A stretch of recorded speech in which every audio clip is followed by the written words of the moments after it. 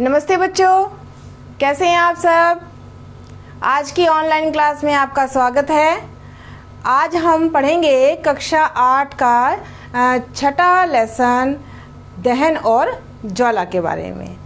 तो आइए बच्चों शुरू करते हैं। इससे पहले जो भी इस क्लास में आज उपस्थित हैं वो बच्चे अपने नाम के साथ अपने स्कूल का नाम नीचे कमेंट बॉक्स में ज़रूर लिखें।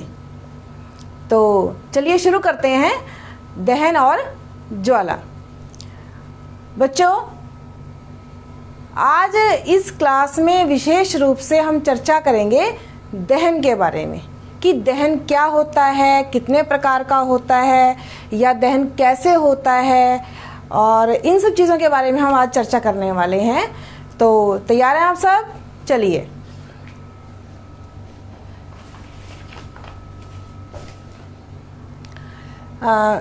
सबसे पहले हम बात करते हैं दहन की कि दहन क्या है।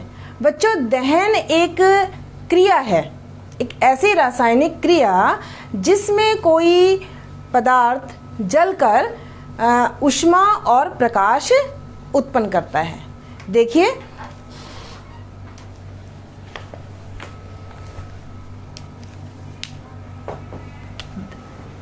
हम बात कर रहे हैं दहन की।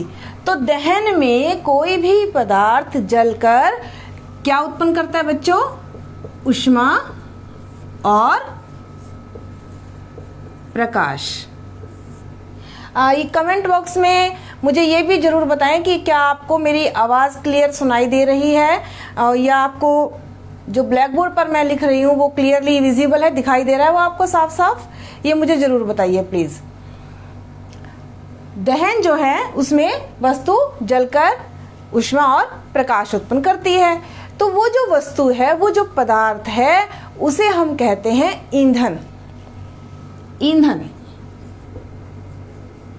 तो अब हम बात कर रहे हैं दहन के बारे में। दहन जो है रासायनिक क्रिया, हमें पता चल गया। वास्तव में दहन जो है वो होता कितने प्रकार का है। बच्चों, जब आपको भूख लगती है, आपकी मम्मी आपके लिए खाना बनाती है, तो वो क्या करती हैं? आपके घर में एलपीजी है ना, तो आपकी मम्मी क्या करती है कि खाना पकाने के लिए वो जो गैस का चूल्हा है उसे ऑन करती है और गैस जलाती है लाइटर से या माचिस की सहायता से। तो आपने देखा होगा कि जैसे ही वो उस चूल्हे को ऑन करती हैं और लाइटर को उसके नज़दीक लेकर के आती हैं, या माचिस की तीली जलती है उसके नज़दीक लेकर के आती हैं, वो एलपीजी, वो गैस तुरंत आग पकड़ लेती है। तो इस प्रकार के दहन को हम कहेंगे तीव्र दहन। तो बच्चों, दहन का जो पहला प्रकार है वो है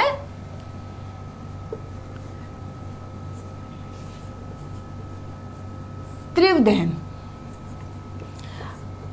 तीव्र दहन में क्या होता है कि ईंधन जो है वो तीव्रता से, शीघ्रता से जल्दी जल्दी जलता है। तो ये तो था हमारा पहला प्रकार, तीव्र दहन।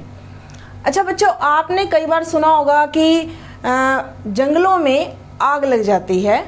पिछले वर्ष भी बहुत बड़ी संख्या में जो हमारे जंगल थे वो नष्ट हो गए थे उस आग की वजह से।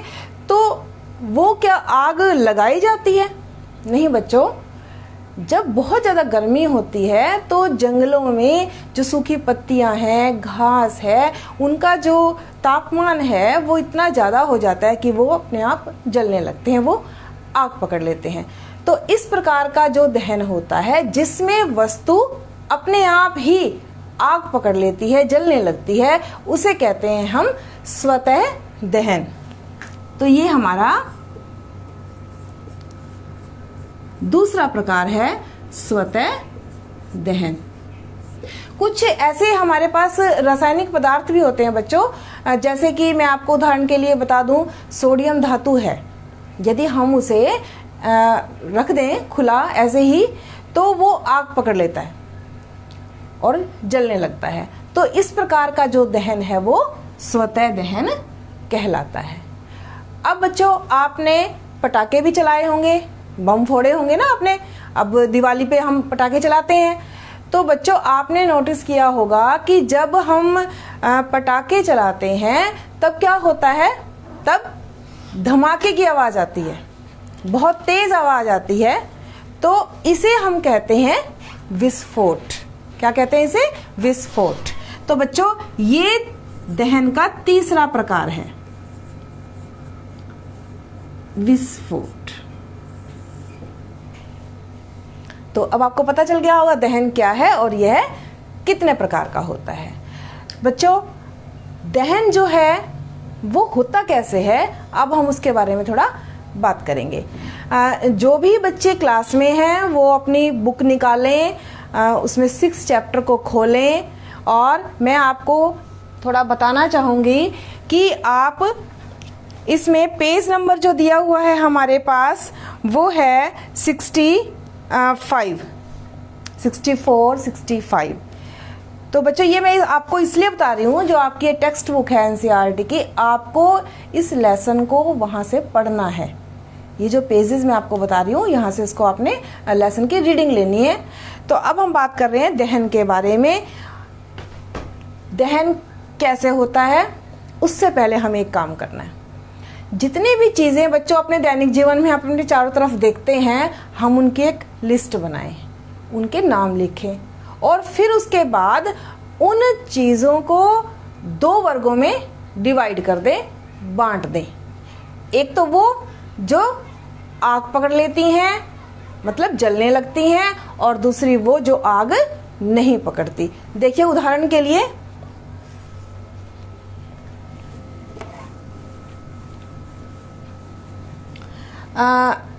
नंबर 1 मैं लिख रही हूं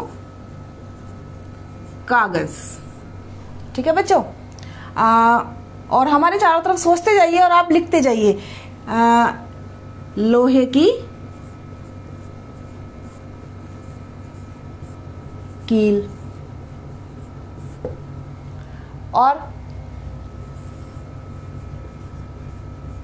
कपड़ा, चौक, पेन और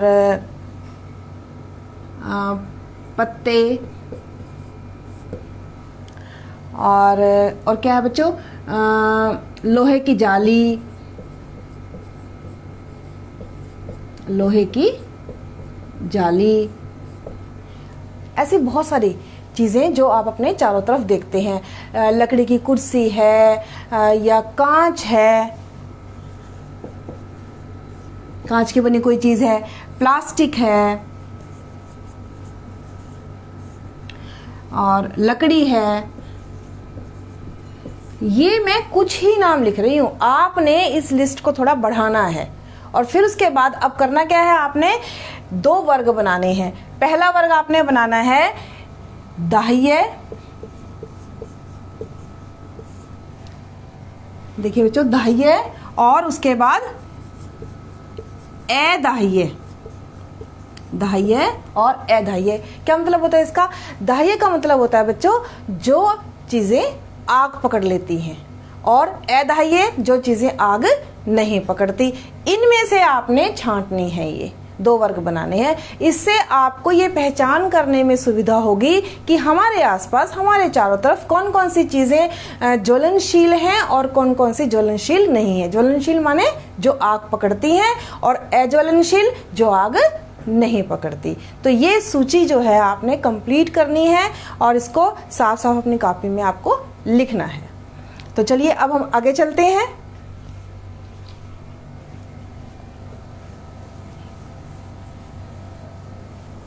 मैं बात कर रही थी दहन के बारे में कि दहन क्या होता है। अब हम बात करेंगे दहन किस प्रकार से होता है। दहन के लिए बच्चों हमें क्या क्या चाहिए, हम इसे ऐसे भी कह सकते हैं कि दहन के लिए आवश्यक परिस्थितियां कौन कौन सी होती हैं, या दहन के लिए आवश्यक शर्तें कौन कौन सी हैं। तो 3 विशेष रूप से मैं आपको परिस्थितियों के बारे में बताऊंगी, या उन शर्तों के बारे में बताऊंगी जो दहन की क्रिया के लिए अति आवश्यक होती हैं। सबसे पहले बच्चों नंबर 1, हमें ईंधन चाहिए, यानी हमें वो वस्तु चाहिए, वो पदार्थ चाहिए जिसका हमें दहन करवाना है, जिसे हमें जलाना है। हम इसे क्या कहेंगे बच्चों? ईंधन। अब आपको खाना खाना है तो खाना खाने से पहले खाना बनाना भी है, तो खाना बनाओगे कैसे? एलपीजी से बनाओगे। मान लीजिए आपके घर में गैस सिलेंडर है, गैस का चूल्हा है, आप उस पर खाना पकाते हो, तो जो एलपीजी है, जो गैस है, वो क्या है बच्चों? वो ईंधन है। सपोज कीजिए आपके घरों में जो खाना है वो लकड़ी के चूल्हे पर पकाया जाता है, तो वहां पर लकड़ी जो है वो क्या है बच्चों? ईंधन है। तो पहली शर्त क्या है? हमारे पास क्या होना चाहिए दहन के लिए? ईंधन होना चाहिए। उसके बाद बच्चों दूसरी परिस्थिति, अब इस ईंधन को हमें जलाना है, तो हमें क्या चाहिए? ऑक्सीजन। ऑक्सीजन। बच्चों आज की क्लास में हम इस चैप्टर को पढ़ रहे हैं, और कल जब हम इसकी अगली क्लास करेंगे ना इसी चैप्टर के लिए, तो वो हमारी गतिविधि की क्लास होगी। उसमें हम कुछ एक्टिविटीज करके देखेंगे और उनसे सीखेंगे। तो अभी हम बात कर रहे हैं आवश्यक परिस्थितियों के बारे में जो दहन के लिए आवश्यक होती हैं। तो सेकंड है ऑक्सीजन की उपलब्धता, यानी जो ईंधन जल रहा है उसे हमें क्या देना है?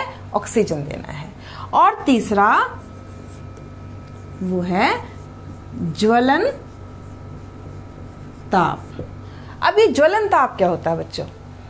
चलो इसको हम एक उदाहरण से समझने का प्रयास करते हैं कि आपने देखा होगा कि कई बार कुछ किसान अपने खेतों में सूखी हुई जो पराल का ढेर होता है उसमें एक माचिस की तिल्ली से ही आग लगा देते हैं, और वो इतना ऊंचा बड़ा पराल का जो ढेर होता है, हम उसको ऐसे भी कह सकते हैं कि जो वो सूखा हुआ कृषि अपशिष्ट है जो फसल काटने के बाद खेत में बच जाता है, तो किसान जो है उसको जला देते हैं।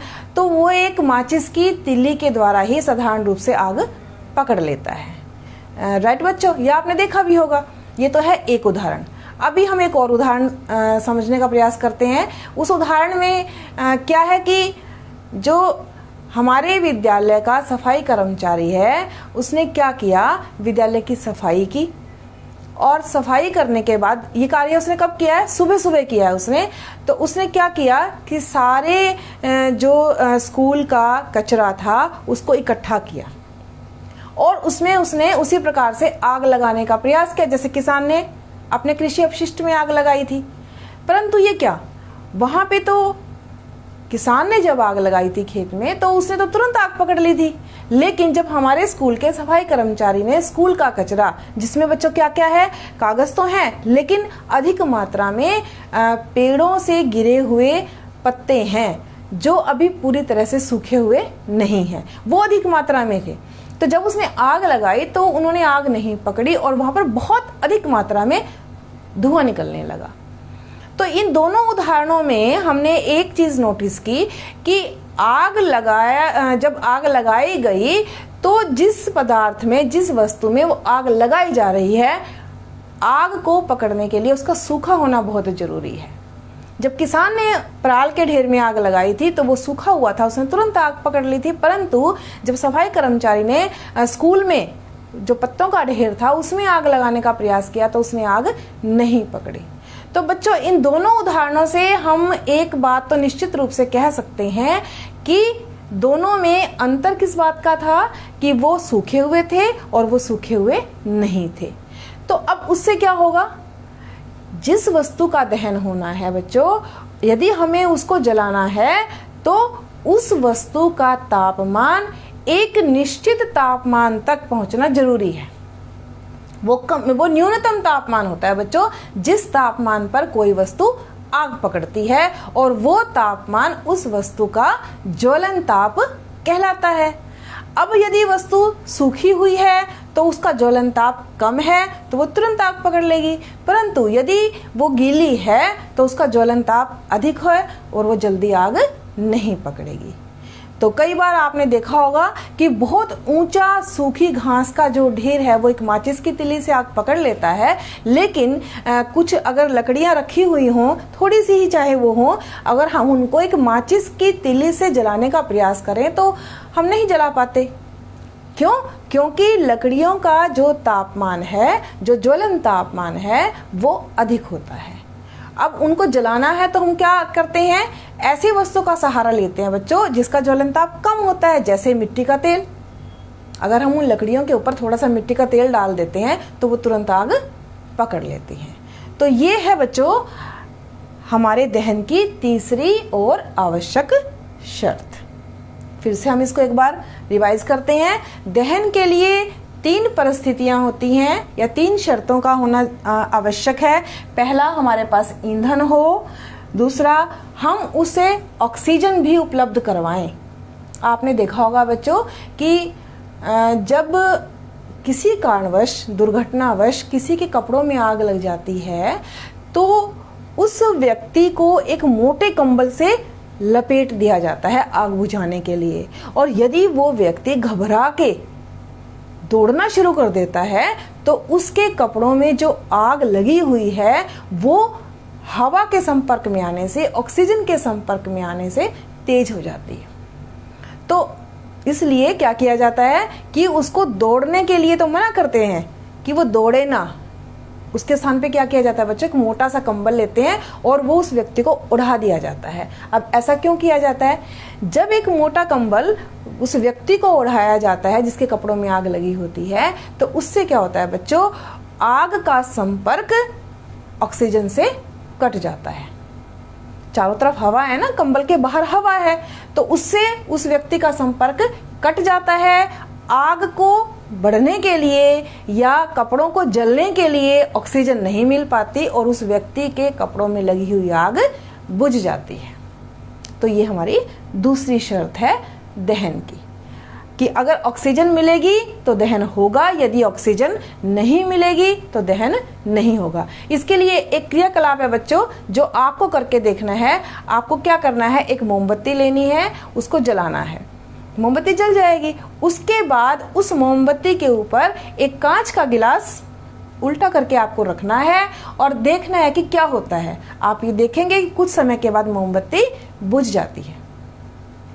क्योंकि क्या होगा कि शुरू में जब आपने मोमबत्ती को जलाया है तो उसके चारों तरफ की जो हवा है, जो ऑक्सीजन है, उसकी वजह से मोमबत्ती लगातार जल रही है। जब आप उसके अंदर, उसके ऊपर एक गिलास रख देते हैं तो जितनी ऑक्सीजन गिलास के अंदर होती है, जब तक वो मिलती है उसे, मोमबत्ती जलती है। कुछ समय तक तो मोमबत्ती जलती है। उसके बाद जब अंदर की ऑक्सीजन सारी खत्म हो जाती है तो मोमबत्ती भी बुझ जाती है। ये क्रियाकलाप आपको स्वयं करके देखना है बच्चों। तो उसके बाद है तीसरा, ज्वलन ताप, जिसमें हमने ये समझ लिया कि किसी भी वस्तु को जलाने के लिए उसका तापमान उसके ज्वलन ताप तक पहुंचाना आवश्यक होता है। तो बच्चों हमने पढ़ लिया दहन क्या होता है, कितने प्रकार का होता है और ये कैसे होता है। देखिए बच्चों, इसमें जो क्रियाकलाप दिए हुए हैं आपकी टेक्स्ट बुक में, एक तो मोमबत्ती वाला क्रियाकलाप दिया हुआ है जो मैंने अभी आपको बताया, ये सभी बच्चों को करके देखना है। एक ज्वलनशील और अज्वलनशील यानी दाह्य और अदाह्य पदार्थों की अलग अलग सूची बनानी है जो हमारे चारों तरफ पाए जाते हैं। और एक मैंने आपको बताया कि ज्वलन ताप क्या होता है, उसके लिए भी एक गतिविधि, बहुत इंटरेस्टिंग गतिविधि है जो हम अगली क्लास में करके भी देखेंगे। तब तक आप स्वयं प्रयास कीजिए उसे करने का कि 2 आप पेपर कप लीजिएगा। पेपर कप आप समझते हैं ना, जिसमें हम कागज़ के बने हुए कप जिसमें हम चाय वगैरह पीते हैं। आप क्या कीजिए कि 2 कपों में, एक में पानी ले लीजिए और एक खाली कप ले लीजिए। खाली कप को मोमबत्ती जला करके उसके ऊपर रखिए। आप देखेंगे कि वो कागज़ का कप तुरंत आग पकड़ लेगा। लेकिन दूसरे कप में आप पानी डालिए और फिर उसे मोमबत्ती की ज्वाला के ऊपर रखिए। कुछ समय के बाद आप देखेंगे कि कागज़ का जो कप है वो नहीं जलेगा, बल्कि उसके अंदर आपने जो पानी लिया हुआ है वो गर्म हो जाएगा। है ना मज़ेदार बात कि खाली कागज का कप आग पकड़ लेता है, परंतु जिसके अंदर आपने पानी डाला है वो आग नहीं पकड़ता। तो देखिए बच्चों, उसमें क्या होता है कि जो आपने, ये देखिए मान लीजिए मैंने यहाँ पे एक मोमबत्ती है, इसको आप जब जलाते हो और कागज के कप में जब आप पानी लेते हो, उसको फिर से बनाते हैं, शायद कुछ बच्चों को उधर से दिखाई नहीं देगा।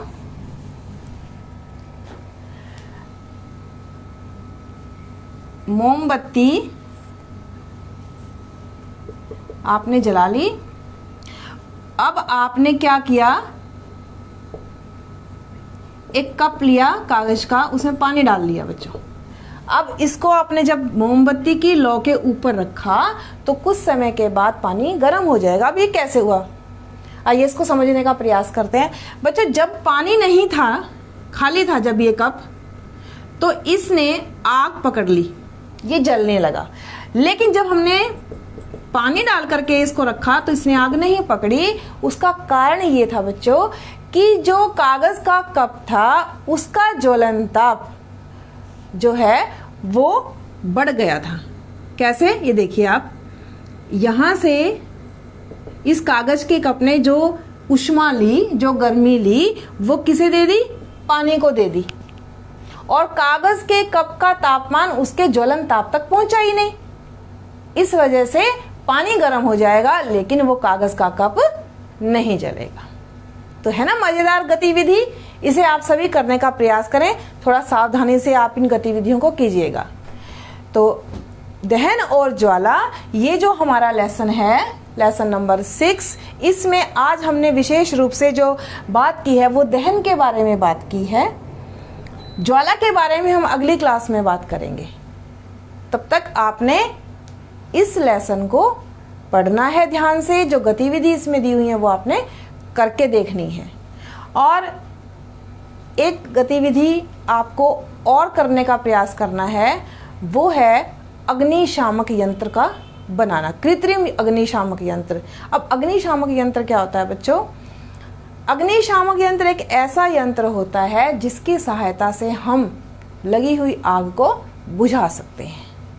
बच्चों, आपने देखा होगा कि आग जो है वो कई प्रकार से लग जाती है। कई बार बिजली के तारों में शॉर्ट सर्किट हो जाता है, उसकी वजह से आग लग जाती है, या कई बार मोमबत्ती आपने जला के रखी हुई है और असावधानीवश वहाँ पर कोई कागज पड़ा हुआ है, उसने आग पकड़ ली और वो आग फैल गई, या फिर जो हमारे जो पेट्रोल की कोई वस्तु है वहाँ पे उसमें आग लग गई, पेट्रोल की वजह से आग लग गई। तो अलग अलग प्रकार से आग लगती है। जैसे या हम ईंधन जला रहे हैं, लकड़ी जला रहे हैं, लकड़ी की वजह से आग लग गई। तो जैसे आग लगने के कारण अलग अलग होते हैं, तो बच्चों उस आग को बुझाने के तरीके भी अलग अलग होते हैं। जो आग बिजली के तारों से लगती है, आप उसको कैसे बुझाओगे बच्चों?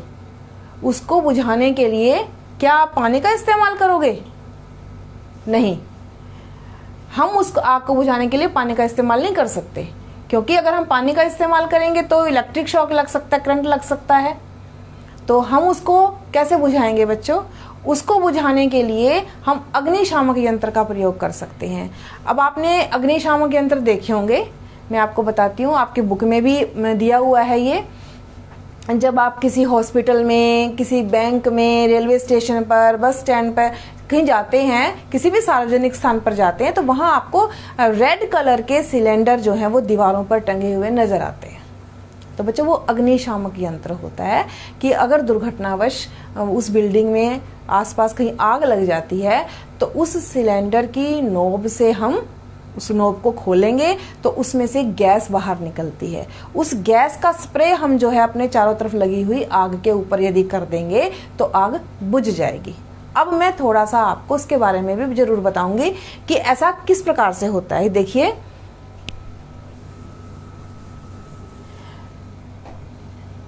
बच्चों जब जो नोब है उसको स्प्रे किया जाता है ना, यहां से गैस बाहर निकलती है इस प्रकार से, और जहां पे आग लगी होती है, मान लीजिए यहां आग लगी हुई है, तो यहां से जो गैस बाहर निकल रही है, ये सिलेंडर है मान लीजिए, इसमें से ये गैस बाहर निकल रही है। तो बच्चों ये जो गैस बाहर निकली ये है CO2। CO2 माने कार्बन डाइऑक्साइड गैस। अब मैं आपको ये बता दूं कि कार्बन डाइऑक्साइड गैस की विशेषता क्या होती है। पहली बात तो ये है बच्चों, कार्बन डाइऑक्साइड गैस जो है वो हवा से भारी होती है। दूसरी बात बच्चों, ये गैस ना तो स्वयं जलती है और ना ही जलने में सहायता करती है। इसी गुण के कारण अग्निशामक यंत्रों में इस गैस का इस्तेमाल किया जाता है। इस गैस को अग्निशामक यंत्र के अंदर भर के नहीं रखा जाता। अग्निशामक यंत्र के अंदर रासायनिक पदार्थ होते हैं, एक अम्ल होता है और एक क्षार होता है, और उसमें मीठा सोडा आपने सुना होगा। हम मीठा सोडा लेते हैं, उसमें अम्ल लेते हैं। अगर हम कृत्रिम अग्निशामक यंत्र बनाना चाहें, जो कि हम अगली क्लास में बनाएंगे, तो उसमें मैं आपको बताऊंगी कि आप कौन कौन सी चीज़ों का प्रयोग करने से कृत्रिम अग्निशामक यंत्र बना सकते हैं। तो जो आप सार्वजनिक स्थानों पर अग्निशामक यंत्र देखते हैं, उसमें जो चीज़ें होती हैं उन दोनों के मिश्रण से, इसके अंदर जो हमने लिया हुआ है ना, उन दोनों को मिक्स करने से क्रिया होती है और उस क्रिया के फलस्वरूप कार्बन डाइऑक्साइड गैस बाहर निकलती है।